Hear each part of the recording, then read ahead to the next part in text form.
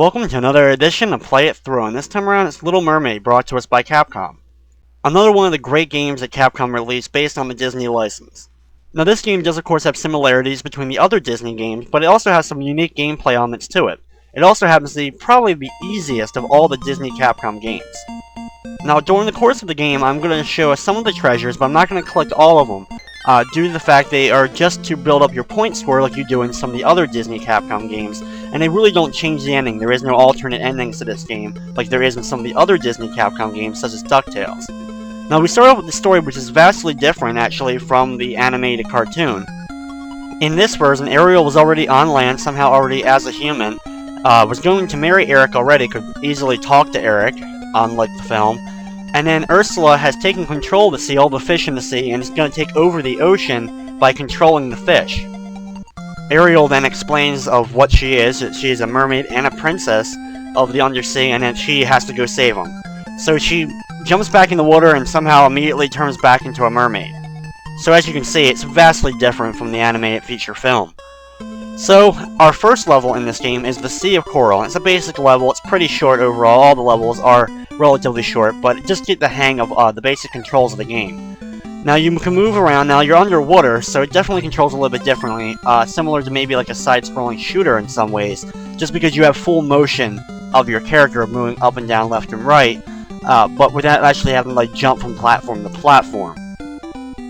Now, your main uses of attack are you have a bubble that you shoot out using your tail, as well as you can grab items such as the conch shells, hold on to them and run into enemies or throw them at enemies in order to take them out as well.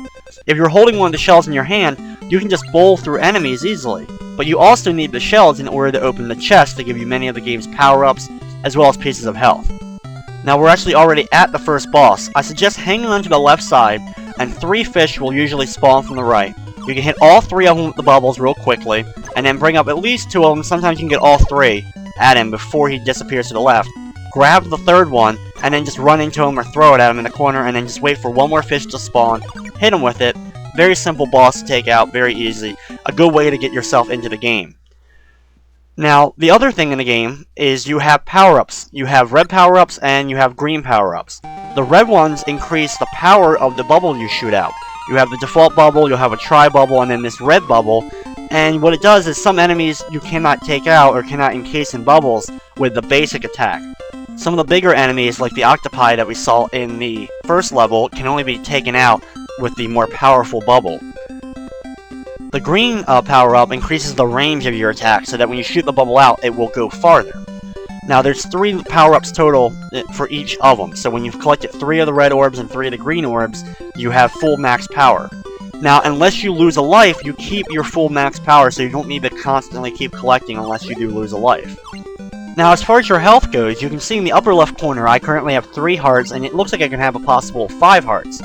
The thing is, when you start off a new level, you automatically start with only 3 of the hearts. And what it is you can find smaller hearts throughout the level to increase it to 4 and 5. Of course, if you get hit, you'll lose a heart.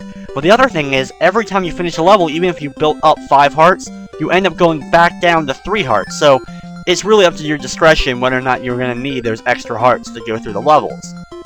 To find some of the extra hearts, I'll show you later in the level, there's some nooks and crannies that you can throw either bubbles or conch shells into in order to find certain other items, like some of the treasures that get you extra points, as well as some of the mini hearts. So that makes it good to go back through levels, explore it thoroughly, to try to find out all the upgrades and stuff as you go. Now, later on in certain levels, you're going to have certain treasure chests that are actually empty. They have nothing inside of them, which can definitely be disappointing, as well as there's some points in the game where you'll only have 1 conch shell, or 1 shell to use in order to open a chest, but you'll have 2 chests to choose from. And on your first go through the game, you're not going to know which chest contain nothing and which one has the item you want. Now, as you can see in this area, we have like these little holes that are within certain platforms. Those are the places that you can throw certain objects, such as shells or the bubbled form of the enemies, in order to find certain items. Like right there, I was able to find an extra piece of heart.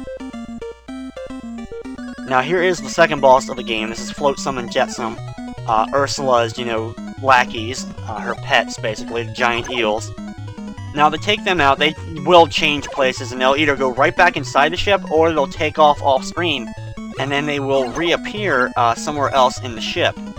To take them out, the crabs will drop from the ceiling, but you cannot attack the crab or turn them into bubbles until they stand up.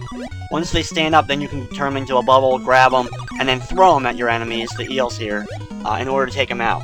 Each of them has only a few hits to take, and then you have to take out each of them to finish the boss battle.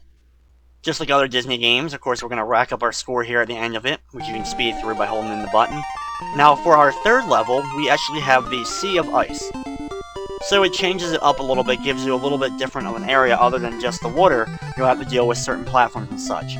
And the first time we really have to do that is right here, where we can knock the shell off by sliding across the top, grab a hold of it, and then use it to swim across the level, get to this treasure chest over here, and if you want to, you can open it up and find a red power-up. That first chest that we saw earlier in the level that I did bypass, that one is one of those empty chests that I previously mentioned. The levels, of course, play out similar to the previous levels. Not too much changes, basically the same enemies, but a few ones are introduced in this level. Such as those bigger fish that we met earlier, there you can see over here on the left side there. Another annoyance is the appearance of the seahorses. Now, they're not the worst enemies in the game. They're really easy, actually.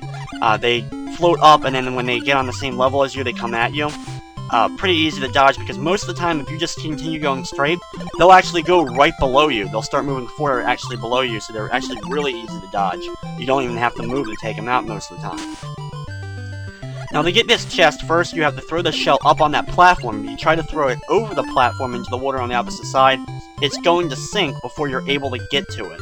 So you have to throw it up on that platform, then jump up, knock it into the water, and quickly jump off the platform into the water in order to grab the shell and then get to the one chest.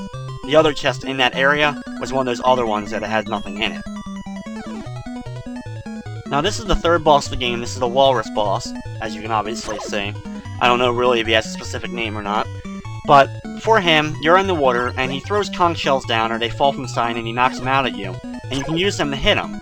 You cannot use, unfortunately, the bubble fish in order to throw at him as well.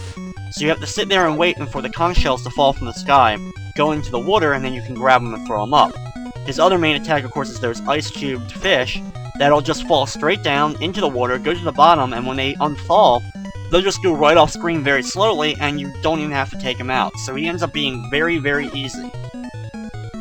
Here comes the final conch shell on me. Throw it up, hit him, and just like always, the little object will fall from the sky. We collect it to finish up level 3. Now, unfortunately, there's only 5 levels in the game, so we're actually over halfway.